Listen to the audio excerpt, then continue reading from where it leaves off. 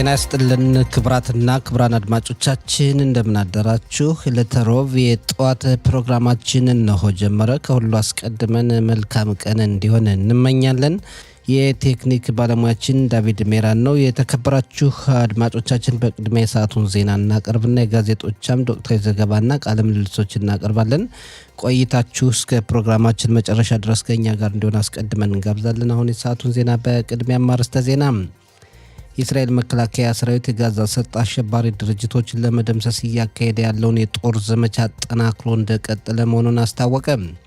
እስራኤል ለጋዛ ሰርጥ ፍልስጤማውያን በቂ የሰብአዊ እርዳታ እያደረገች አይደለም የሚሉ ወቀሳዎች በየአቅጣጫው እየተሰነዘረባት ነው። አሜሪካ ከጠላት የሚቃጣባትን የሚሳኤል ጥቃት ለመከላከል የሚያስችል አዲስ እቅድ መንደፏን ፕሬዝዳንት ትራምፕ አስታወቁ። የእስራኤል ጦር የኢራን ኒውክሌር ተቋማትን ለማጥቃት በዝግጅት ላይ መሆኑን የሲኤንኤን ቴሌቪዥን ጣቢያ ዘገበ። የሚሉት የሰዓቱ ዋና ዋና ዜናዎች ናቸው። ዝርዝሩ እነሆ። የእስራኤል መከላከያ ሰራዊት ጋዛ ሰርጥ አሸባሪ ድርጅቶችን ለመደምሰስ እያካሄደ ያለውን የጦር ዘመቻ አጠናክሮ እንደቀጠለ ነው። ጦሩ የጊዲዮን ሰረገሎች የሚል ዘመቻ ሰሞኑን መጀመሩ ይታወቃል። በአዲሱ ዘመቻ እቅድ መሰረት የጋዛ ሰርጥ አሸባሪ ድርጅቶችን ለመደምሰስና የተጠለፉ ዜጎችን ለማስመለስ የሚያደርገውን ጥረት አጠናክሮ ቀጥሏል። ጦሩ በጋዛ ሰርጥ አንዳንድ አካባቢዎችን በመቆጣጠር ሽብርተኞችን መዳረሻ ለማጥፋት፣ ሐማስን ከአካባቢው ለማስወገድና 58 ዜጎችን ከግዞት ለማውጣት ጦርነቱን የበለጠ አጠናክሯል። ያም ሆኖ ጦርነቱ በሰውና ንብረት ላይ ብዙ ጉዳት እያደረሰ ይገኛል። የጦር ኃይሎች ኤታማዦር ሹም ኢያል ዛሚር የመከላከያ ሰራዊቱ በጋዛ ሰርጥ በሚወስደው እርምጃ ግቦቹ ግልጽ ናቸው በማለት ተናገሩ። የኤታማዦር ሹሙ ትላንት በጋዛ ሰርጥ ጉብኝት ካደረጉ በኋላ በሰጡት መግለጫ የሰራዊቱ ተቀዳሚ ተግባር የሐማስን ድርጅት ማሸነፍና ጦር መሳሪያውን ማስወረድ ነው። ዓላማዎቻችን ግልጾች ናቸው። የታገቱ ዜጎችን ወደ ቤታቸው ማስመለስ፣ የሐማስን ድርጅት ማሸነፍና የጦር መሳሪያውን ማስወረድ ነው።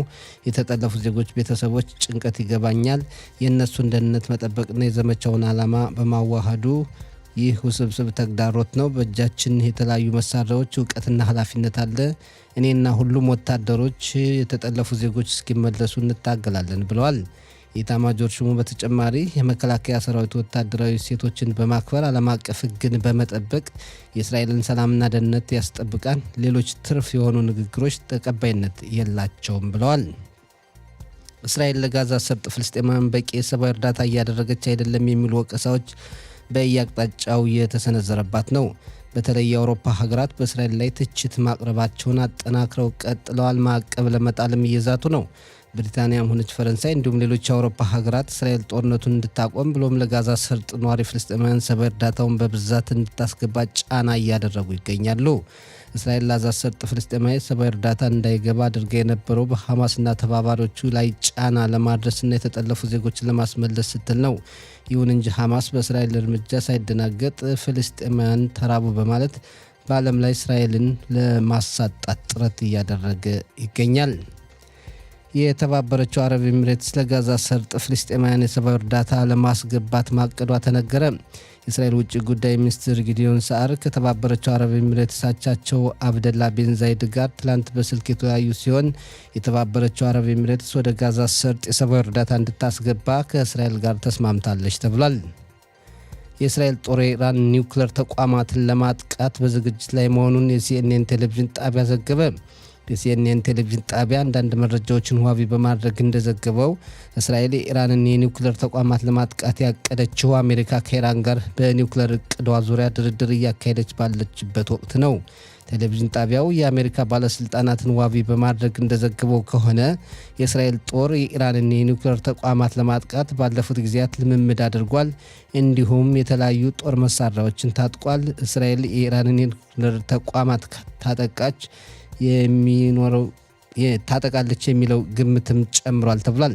አንዳንድ የአሜሪካ ባለስልጣናት ግን የእስራኤል እቅድ ሰፊ የሆነ አካባቢያዊ ግጭት ይፈጥራል በሚል አስጠንቅቀዋል ተብሏል። እስራኤል በጋዛ ሰርጥ በምትወስደው ወታደራዊ እርምጃ አሜሪካ ገደብ የማትጥል መሆኑ ተገለጸ። የትራምፕ አስተዳደር እስራኤል በጋዛ ሰርጥ በምትወስደው ወታደራዊ እርምጃ ላይ ጫና የማሳደር ፍላጎት እንደሌለው የፕሬዝዳንት ትራምፕ ልዩ መልእክተኛ ዳን ቦለር ከካን የዜና ክፍል ጋር ትላንት ባካሄዱት ቃለ ምልልስ ገልጸዋል። ይህ በእንዲህ እንዳለ የተጠለፉ ዜጎችን ለማስመለስ በካታር እየተካሄደ ያለው ድርድር ግስጋሴ አለውም ብለዋል የአሜሪካው ልዩ መልእክተኛ። ይሁን እንጂ በድርድሩ እየተካፈሉ ያሉ አካላት እንደሚሉት በካታሩ ውይይት ምንም አይነት ግስጋሴ የለም ብለዋል። አሜሪካ ከጠላት የሚቃጣበትን የሚሳኤል ጥቃት ለመከላከል የሚያስችል አዲስ እቅድ መንደፏን ፕሬዝዳንት ትራምፕ አስታወቁ። ትራምፕ ባሳለፍነው ሌሊት ይፋ ባደረጉት እቅድ እንደ እስራኤሉ ኪፓት ባርዴል አይነት ጸረ ሮኬት ጸረ ሚሳኤል መሳሪያ በሀገሪቱ እንዲጠመድና አሜሪካን ከሚቃጣባት ማንኛውም የሚሳኤል ጥቃት እንዲከላከልላት ማድረግ ይገባል። አሜሪካ ያላት ቴክኖሎጂ ከእስራኤሉ የኪፓት ባርዴል መሳሪያ የተሻለ ነው ብለዋል ፕሬዝዳንት ትራምፕ። አዲሱ የአሜሪካ እቅድ ሀገሪቱን ከጠላት ድሮን፣ የባሊስቲክና ሃይፐርሶኒክ ሚሳይሎችና የመሳሰሉት ጥቃት የሚከላከል ሲሆን በጀቱም $170 ቢሊዮን ይደርሳል ተብሏል። በመጨረሻም የአየር ጸባይ ሁኔታ በዛሬው ዕለት ሙቀቱ የሚጨምር መሆኑን የአየር ንብረት ትንበያ ባለሙያዎች ያደረሱን ዘገባ ጠቁሟል።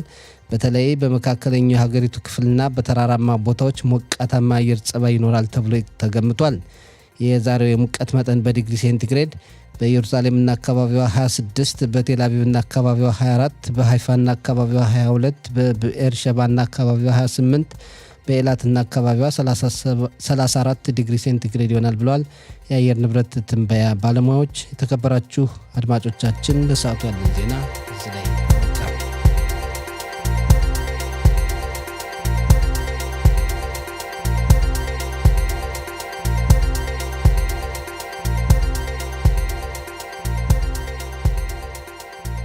የተከበራችሁ አድማጮቻችን ከዚህ ቀጥለን የዕለተ ሮብ ግንቦት 21 ቀን 2025 ዓ.ም ዕለታዊ ጋዜጦች ለአንባቢያን ይዘዋቸው ከቀረቧቸው በርካታ ዘገባዎች መካከል ዋና ዋና ናቸው የምንላቸውን ዘገባዎች ቀጥለን ባጭሩ እንመለከታለን።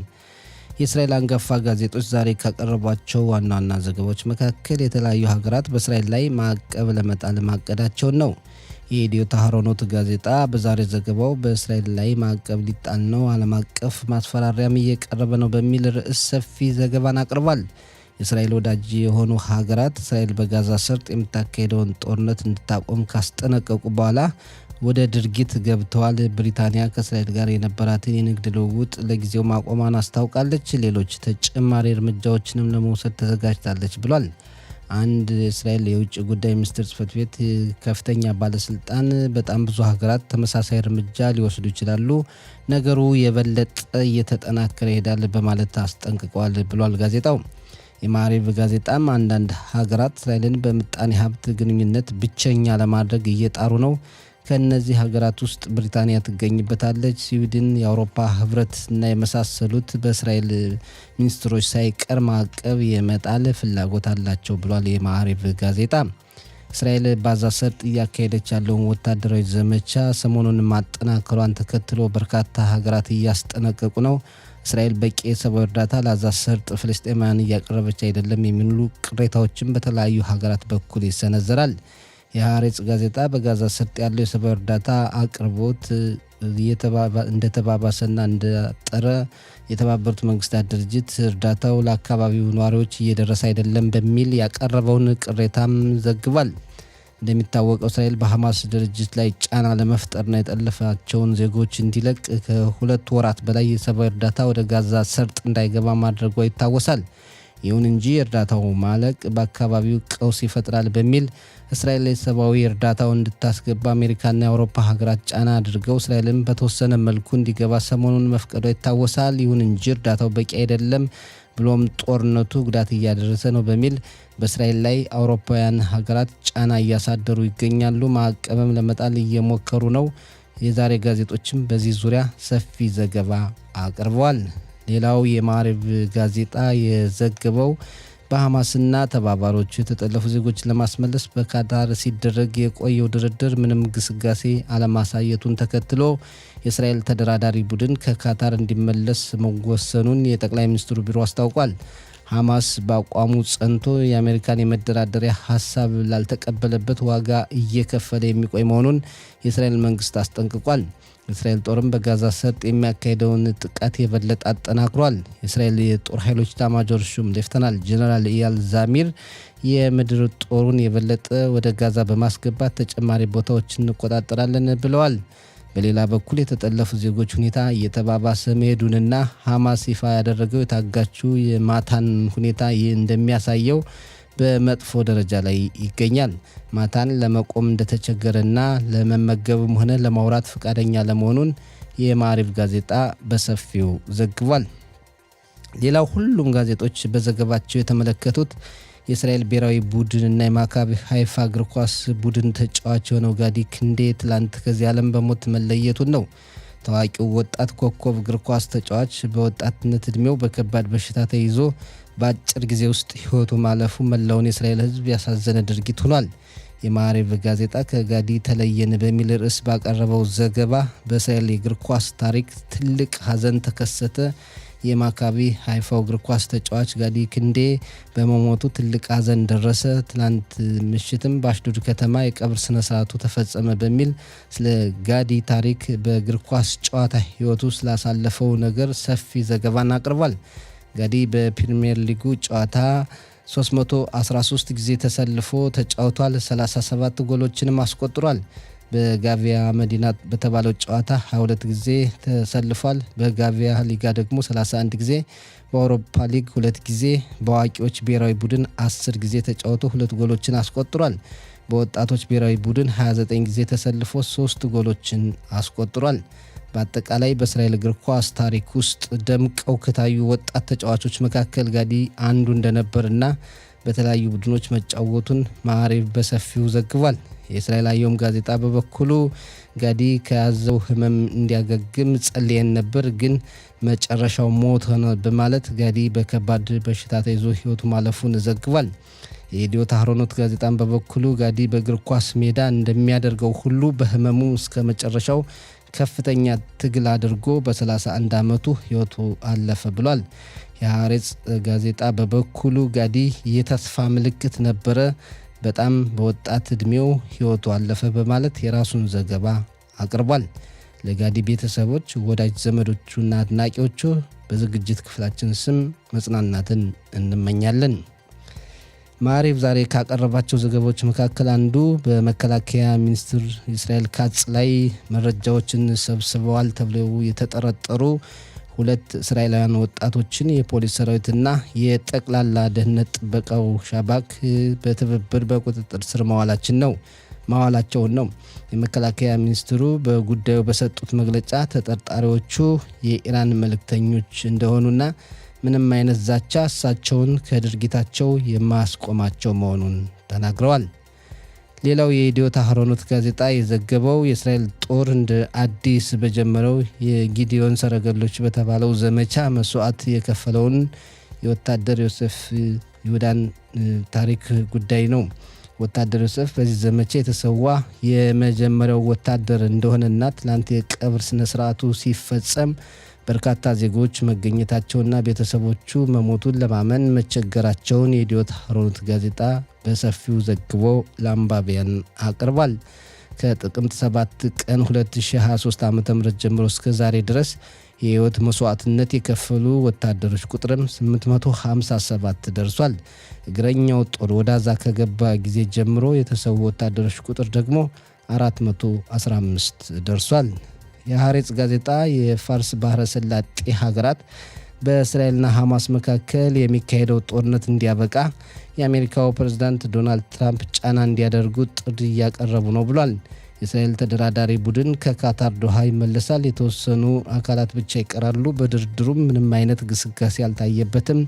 በዚህ ምክንያትም ፕሬዝዳንት ትራምፕ ጦርነቱ እንዲያበቃ ጫና እንዲፈጥሩ የፋርስ ባህረ ሰላጤ ሀገራት ጥሪ እያቀረቡ መሆኑን የእስራኤል አየም ጋዜጣ ዘግቧል።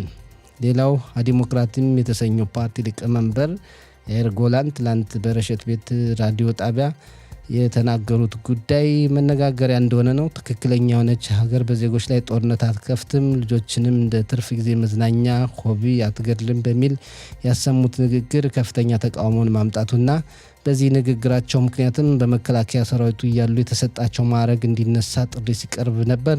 እሳቸው ግን መከላከያ ሰራዊቱን ለማጣጣል ሳይሆን የመንግስትን አካሄድ ለመቃወም ነው የተናገሩት ቢሉም ንግግራቸው ከፍተኛ ተቃውሞ እንዳስከተለ መሆኑን የሐሬጽ ጋዜጣ ዘግቧል። ሌላው የእስራኤል አየም ጋዜጣ የዘገበው ጉሽ ከቲፍ የተባለውን ያዛ አካባቢን እስራኤል የለቀቀችበት 20ኛ ዓመት መሙላቱና በአካባቢው ሲኖሩ የነበሩ ዜጎች በተዋጊ ወታደርነት ወደ ቦታው መመለሳቸውንና የነበራቸውን ትዝታ ማካፈላቸውን ነው። ወደ ጋዛ ሰርጥ ስንገባ መሬቱን እየሳምን ነው በማለት የነበራቸውን ትዝታ ያካፈሉበትን ክስተት የእስራኤል አየም ጋዜጣ በዛሬ ዘገባው ተመልክቷል። የተከበራችሁ አድማጮቻችን የዛሬ ጋዜጦች ካቀረቧቸው በርካታ ዘገባዎች መካከል ዋና ዋና ናቸው ያልናቸው ዘገባዎች ይህን ይመስላሉ። ፕሮግራማችን ይቀጥላል።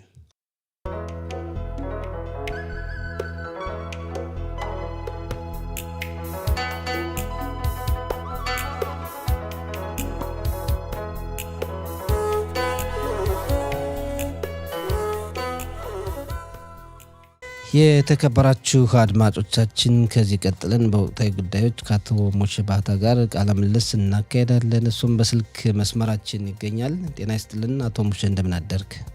እንደምን አደርክ ሰጣኝ? ደህና፣ በጣም ነው የምናመሰግን።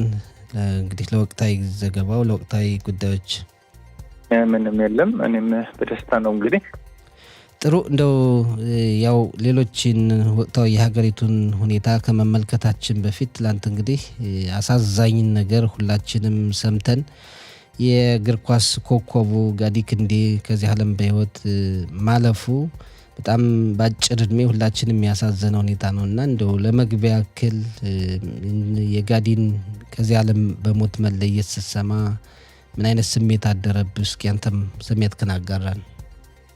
ያው እንግዲህ ጋዲ ወንድማችን ህፃን ልጅ በቅርብ ጊዜ ታሞ እንደሰማሁት ወር ባልሞላ ውስጥ ህይወቱን ለእግዚአብሔር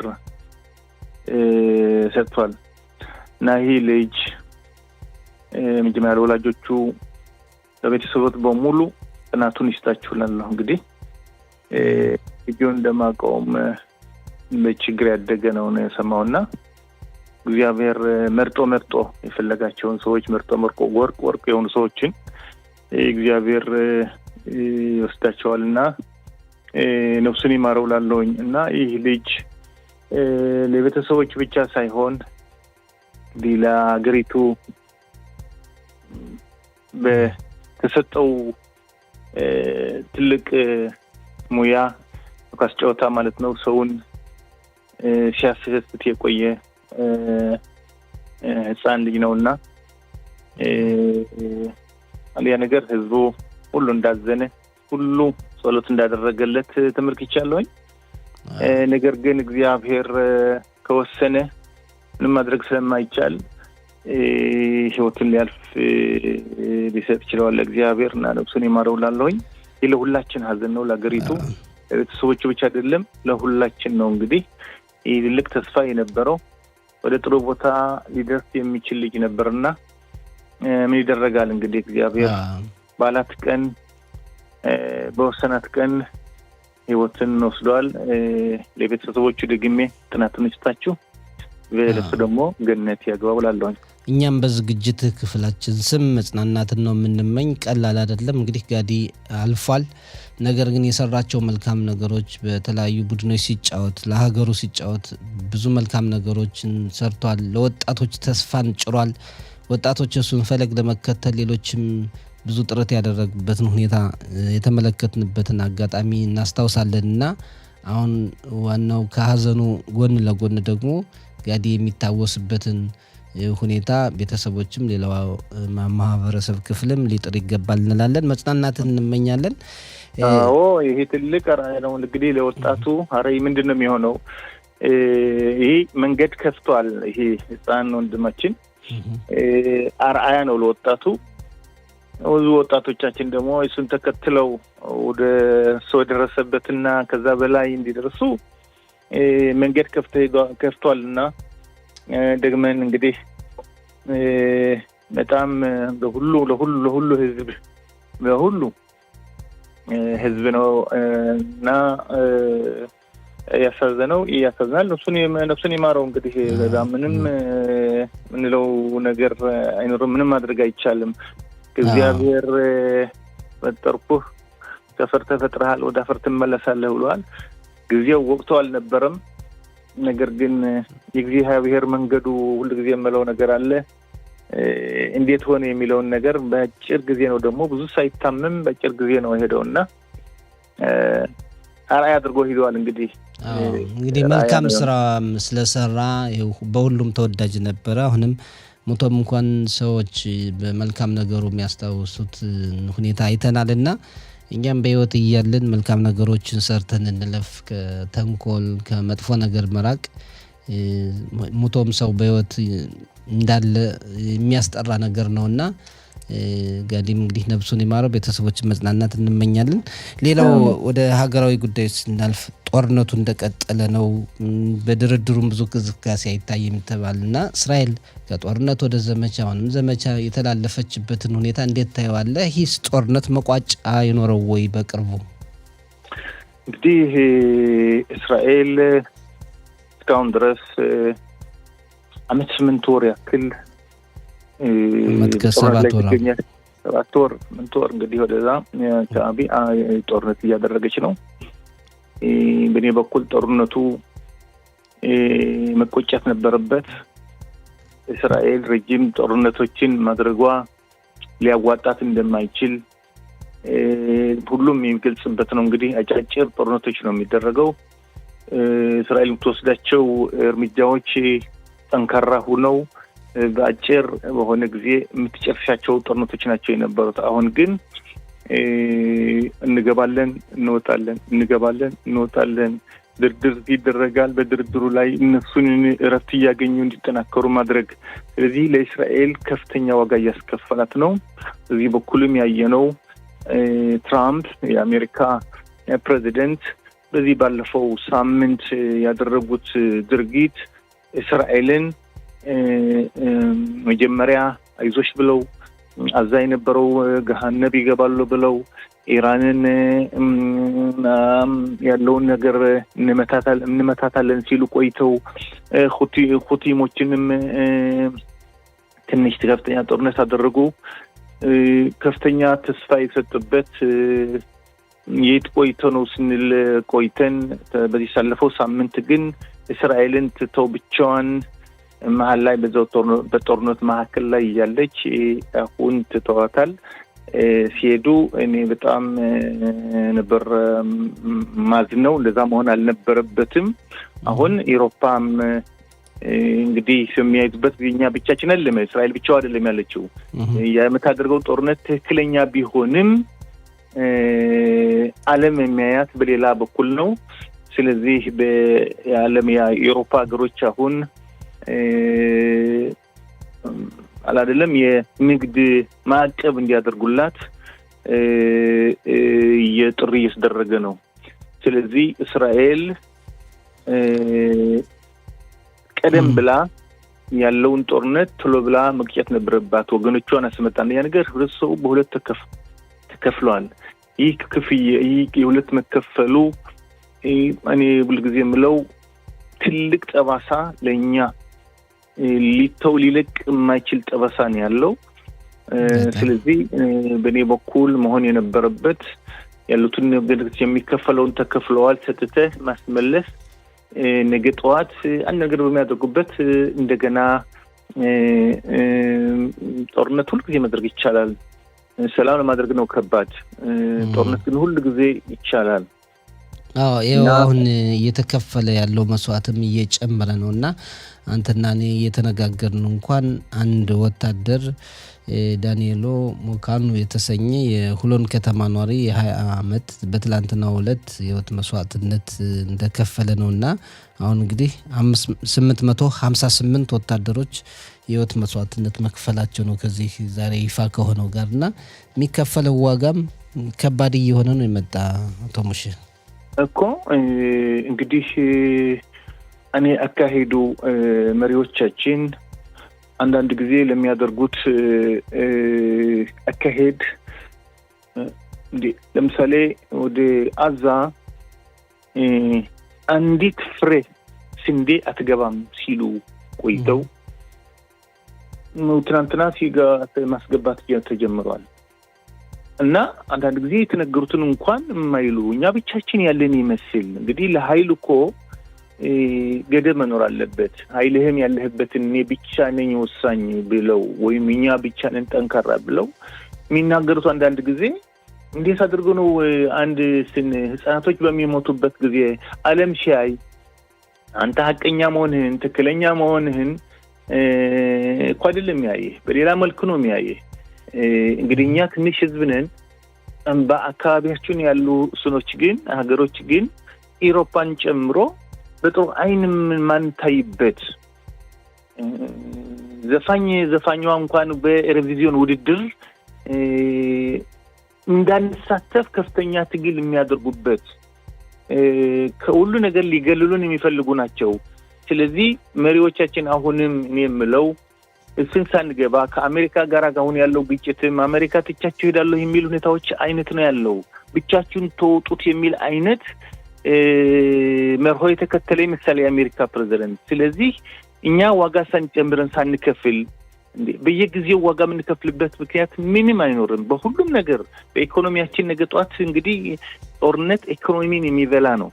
ኢኮኖሚው ከበላብን ነገ ጧት ሀገሪቱ ያቆለቆለች ትሄዳለች። በጦርነት በኑሮ ደረጃ ላይ የተወደደን ያለው የኑሮ ሁኔታ እሳት እየሆነ ነው ያለው።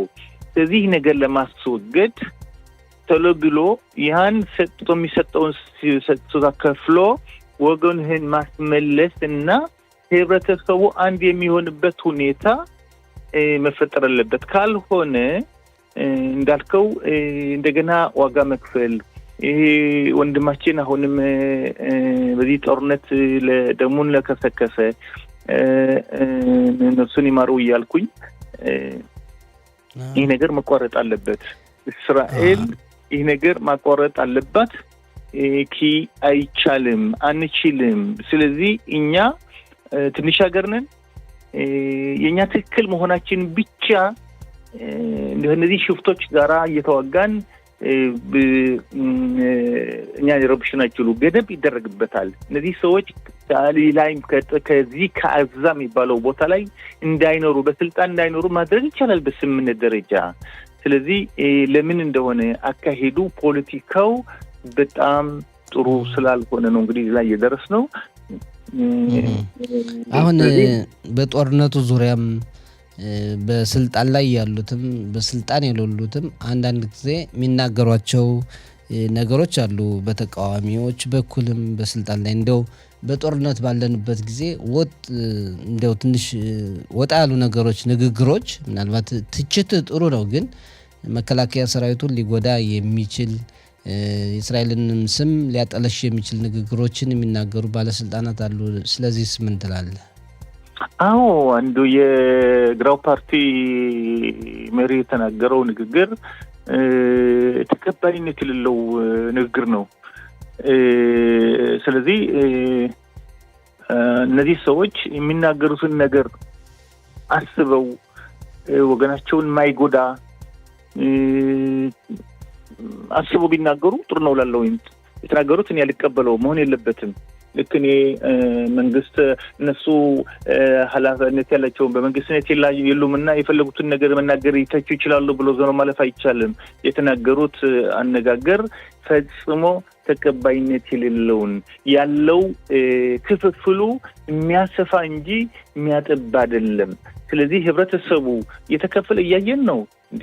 ይህ ማየት የሚያቅታቸው መሪዎች አንዳንድ ጊዜ ዛይቱ ከፍተኛ ቦታ ላይ የሚገኙ ወንድሞቻችን በስቃይ የሚገኙ በአረመኔ እጅ ያሉ ወገኖቻችን ይሄ ከፍተኛ ደረጃ የሚሰጥበት ዋጋ አይደለም፣ ጦርነቱን እንቀጥላለን ይላሉ ወንድሞቻቸውን ትተው። አንዳንድ ጊዜ ማመን ያቅታል። ስለዚህ ምን እንደገባብን ምን አይነት እንደሆነ አንዳንድ ጊዜ ግራ ነው የሚገባ።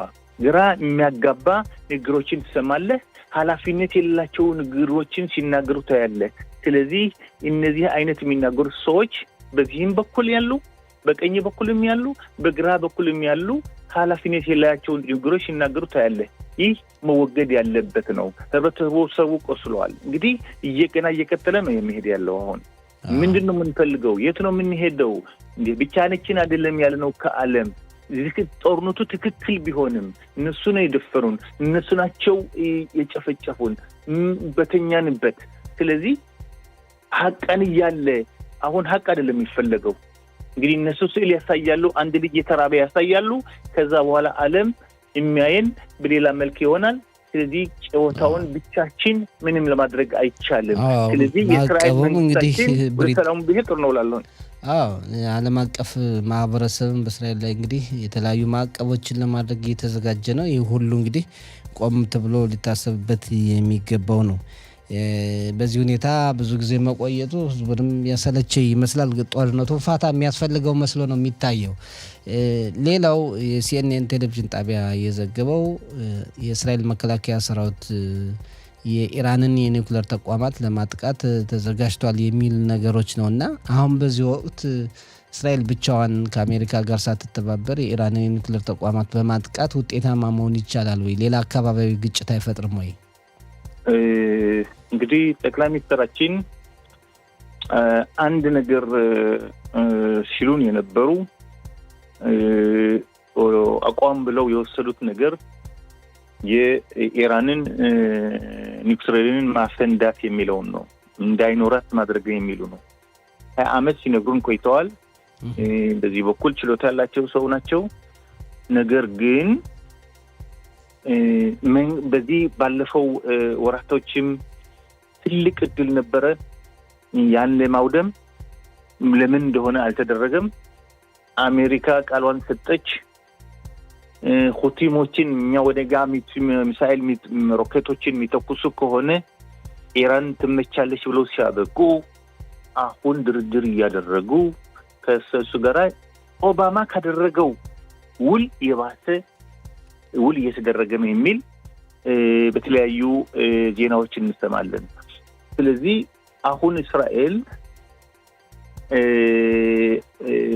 እንግዲህ አሁን ነገሩን ለማውደም ጊዜው የራቀባት እየሄደ ያለት ይመስለኛል በበኩሌ። እንግዲህ የተሰጠህን ጊዜና ወቅት በነበረበት ጊዜ ካልተጠቀምክበት አንድ ነገር ልታደርግ አትችልም። ስለዚህ እስራኤል ለምን እንደሆነ ደርሳ ሙከራ እያለች የዛን ጊዜ ብረት ሙቆይ ያለ ብትመታው እንደጋለ ነው መቀጥቀጥ። እንደጋለ በቅርጽ ሰራበታለህ፣ ተመታበታለህ። ካልሆነ ከቀዘቀዘ ግን እንደፈለከው አድርገህ ለተቀርጾ ልትሰራበት አትችልም። ስለዚህ እስራኤል እዛ ጀምራ እያለች ደጋግማ መምታት ሲገባት፣ ሁለተኛ ዓለምን የምትረብሻለች እስራኤልን በሰላም እንዳትኖር የምታደርግ ያለች ኢራን ነች። ስለዚህ ጠቅላይ ሚኒስትራችን ሁላ ያውቃሉ። ስለዚህ አሁን የሚዘደ ዜና ጋዜጠኞች ቢናገሩም ቅሉ ነገር ግን ነገሩ የራቀባት መስሎ ይታየኛል።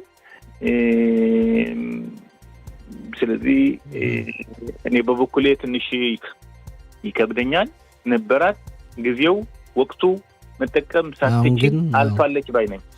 አሁን ግን በተለይ ደግሞ ኢራን እስራኤልን ባጠቃችበት ወቅት ጥሩ አጋጣሚ ነበረው ነው እንግዲህ ያንተ አባባልና ለማንኛውም ግን የሚሆነው እናያለን። አቶ ሙሼ በጣም ነው የምናመሰግን። መልካም ቀን እንመኝልሃለን። ሰላም አለ። መልካም። እንግዲህ እስራኤል የሆነም ቢሆንም እስራኤል ጠንካራ አገር ነች፣ ጠንካራ ህዝብ ነው። በዚህ የተደረገው ትክክለኛ ጦርነት ነው። ዓለም ቢቃወሙንም መጨረሻው የእስራኤል ህዝብ ያሸንፋል። መልካም ቀን ይሁንላችሁ። እናመሰግናለን። ቻው።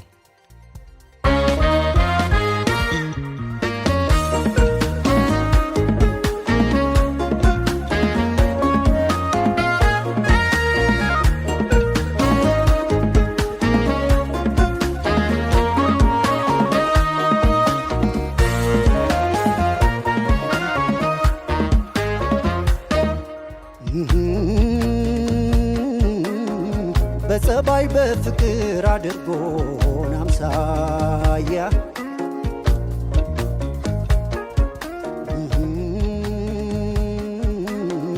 ምልክት አጡብን ልዩነት ማሳያ።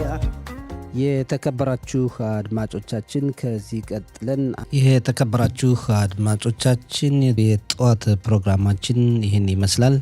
ከኛ ጋር ለነበራችሁ ቆይታ ከፍ ያለ ምስጋና እናቀርባለን።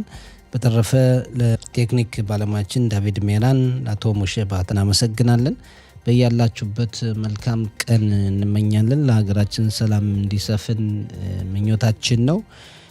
ለጋዲ ክንዴ ቤተሰቦችም በድጋሚ መጽናናትን እንመኛለን።